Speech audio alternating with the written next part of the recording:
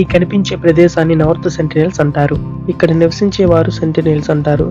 వీరు చూడడానికి ఈ విధంగా ఉంటారు. వీరు చాలా ప్రమాదకరమైన వారు.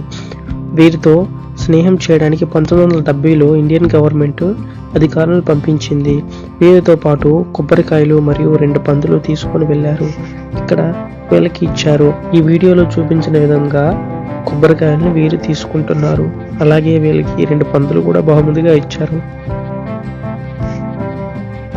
ఇలా 1980లో ఒకసారి మరియు 1991లో ఒకసారి వెళ్ళారు.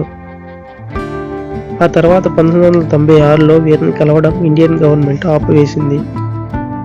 వీరు పడవలను చేయడం వచ్చు. ఇలా చేసి వాటితో చేపలు వేటాడుతారు.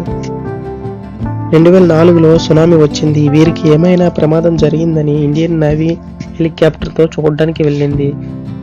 వారు సెంటినెల్స్ హెలికాప్టర్కి దాడి చేయడం మొదలుపెట్టారు. 2006లో 2 ఫిషర్మెన్స్ పడవ పాడవడం కారణంగా ఈ ప్రదేశానికి కొట్టుకుపోయారు. వీరిని సెంటినెల్స్ చంపివేశారు. 2018లో జాన్ ఎలియన్ అనే అమెరికన్ వ్యక్తి ఈ ప్రదేశానికి వెళ్ళాడు. సెంటినెల్స్తో కలవడానికని, వారితో స్నేహం చేయడానికని. సెంటినెల్స్ అతన్ని చంపివేశాడు. ఇప్పుడు ఈ ప్రదేశానికి 5 కిలోమీటర్ల దూరంలో ఎవరు కూడా వెళ్ళకూడదని గవర్నమెంట్ చెప్పింది.